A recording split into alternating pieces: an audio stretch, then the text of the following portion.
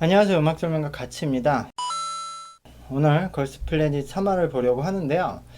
처음에 생각보다 많은 탈락자들이 나오기 때문에 참 벌써부터 아쉬운데, 그래서 제가 그 방송에 제대로 나오지 않은 탐색전 무대 그 풀버전들을 다 한 번씩 봤어요. 그랬더니 참 예를 들어 아라타케 링카님도 좋게 봤고, 그 슈치인 님이었나요? 그분도 혼자 하셨는데 그 노래는 조금 춤추면서 하기 힘들어 하시기도 하셨지만 노래도 괜찮았고 춤도 잘 추셨다고 생각하고, 그 외에도 많은 분들이 굉장히 잘해 주셨어요. 방송에 제대로 안 나왔는데도. 그래서 아쉬운 분들이 좀 많네요. 그리고 제가 그 탐색전 무대를 보고 이런저런 코멘트를 했지만, 이선우 님도 제가 원래 되게 응원하던 멤버여서 좀 잘 됐으면 하는 바람이 있는데, 일단 오늘 방송을 보면서 이야기를 하겠습니다. 이거 투표 그냥 개인 대표는 공개를 안 하고 환산 점수만 공개하는구나. 그렇게 해야지. 난 저 색깔을 연습했다. 이거 예전부터 하고 싶던 얘기인데, 그러니까 K-팝에서 센터라는 개념이 없었어요. 일본에서도 센터라는 개념을 AKB 때부터 만들었죠. 많은 인원들이 무대를 해야 됐기 때문에 그분들은 동선 변동을 많이 할 수 없었어요. 그러니까 나중에 가서는 어느 정도 하기 시작했지만, 그래서 가운데 있던 분이 계속 가운데 섰고, 그 친구들은 투표로 멤버들을 정하는 거였기 때문에 1위 멤버에게 특전을 주기 위해서 가운데 센터라는 개념을 만들었는데, K-팝에서는 그게 없기 때문에 사실 프로듀스 시리즈를 시작할 때 이 센터 개념을 넣는 게 참 애매했는데 그냥 억지로 넣었죠. 프로그램에서 그냥 센터란 개념이 있다, 그리고 센터는 가운데 수고 가장 중요하다라고 말을 하니까 시청자들은 그냥 그런가? 라고 생각하게 되는 거예요. 근데 사실 노래를 들어보면 K-팝에서는 센터를 계속 바꿔가면서 부르고, 아무리 중요한 후렴구에서 중요한 포지션을 센터 했다고 해도 그게 두 번째 후렴 벌스에 가거나 세 번째에 가면 또 바뀌는 시스템이에요. 그래서 사실 큰 센터의 비중이 높지 않아요, K-팝에서는. 모든 노래가 원래 센터라는 개념이 없죠, 돌아가면서 하니까. 근데 어쨌든 이런 오디션 방송에서 특전을 주기 위해서 센터라는 개념을 넣었는데, 요번에는 이제 센터라는 걸 버리고 킬링 파트라는 걸 넣었어요.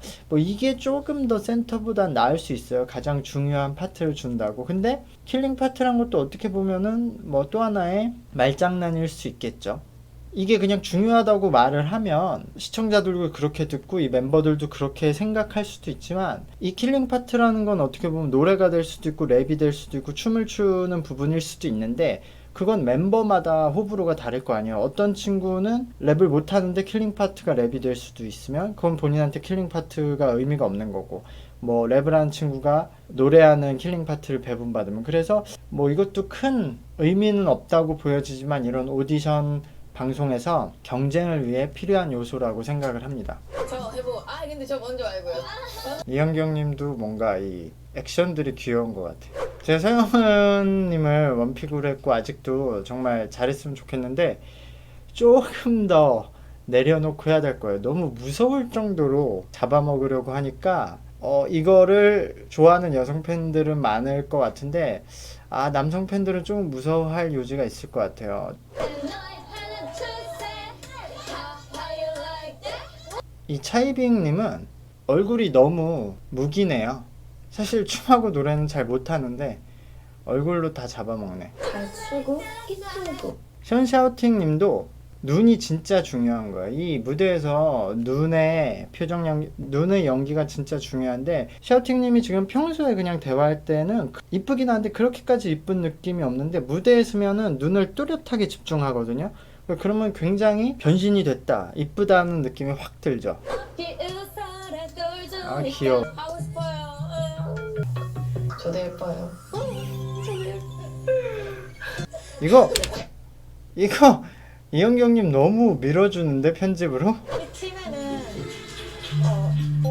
탑라인 김다현님 이런 모습들이 너무 조급해 보여서 좀 안타깝네요. 이 정말 조급한 게 굉장히 안 좋은데. 여기까지 하면 50초가 넘어서 혹시 언니가 다른 데에서 괜찮아요? 사실 여기서 채연님과 저 허지원님이 약간 미모로서 대결이 붙어서 와 허지원님이 역시 이쁘구나라는 생각을 했는데 요 사소한 포인트에서 아마 시청자분들은 채연님한테 점수를 좀 줄 것 같네요. 허지원님도 그냥 큰 문제 없이 양보했는데도 아우 귀여워.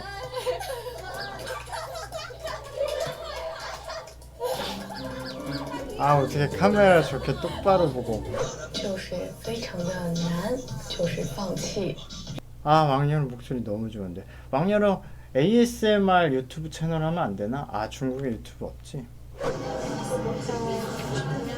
기상일선 1등이어서 선택지가 저희한테 있었잖아요. 네, 라이브를 할 수 있다는 걸 생각할 수 있었으면 이렇게 뽑진 않았을 것 같아요.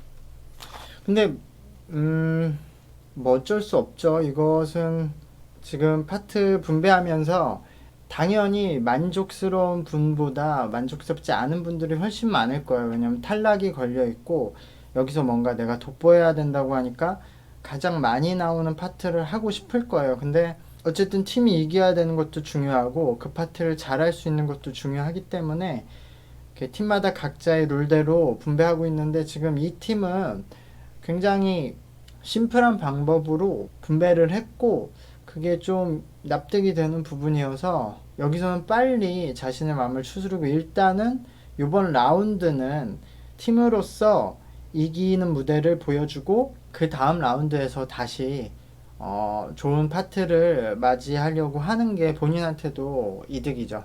제가 이토 미호님을 그 자기소개 때 보고 일본 아이돌 같은 느낌이 많이 난다. 지금 4648에. 그래서 그쪽 분들한테는 인기가 있을 캐릭터인데 역시 그 보면은 계속 되게 귀엽고 아기자기하고 그런 4648 멤버의 느낌을 가지고 있는 것 같아요. 그래서 아마 한국에 있는 그 4648 팬들 분들은 좋아하실 것 같은데 어떻게 될지 한번 봐야죠.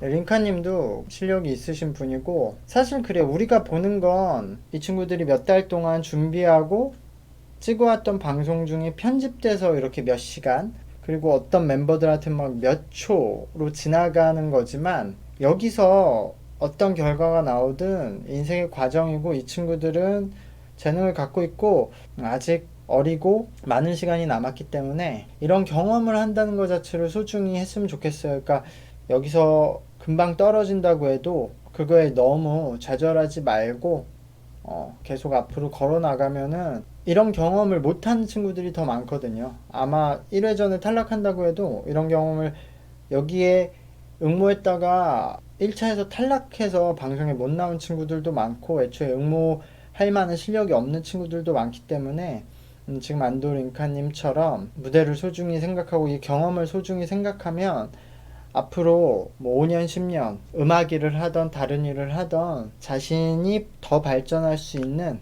그 밑거름으로 삼을 수 있을 거라고 생각합니다. 끝나. 우리의 계절 끝나. 와, 이런 말을 어떻게 한국말도 잘 못하는데 하지?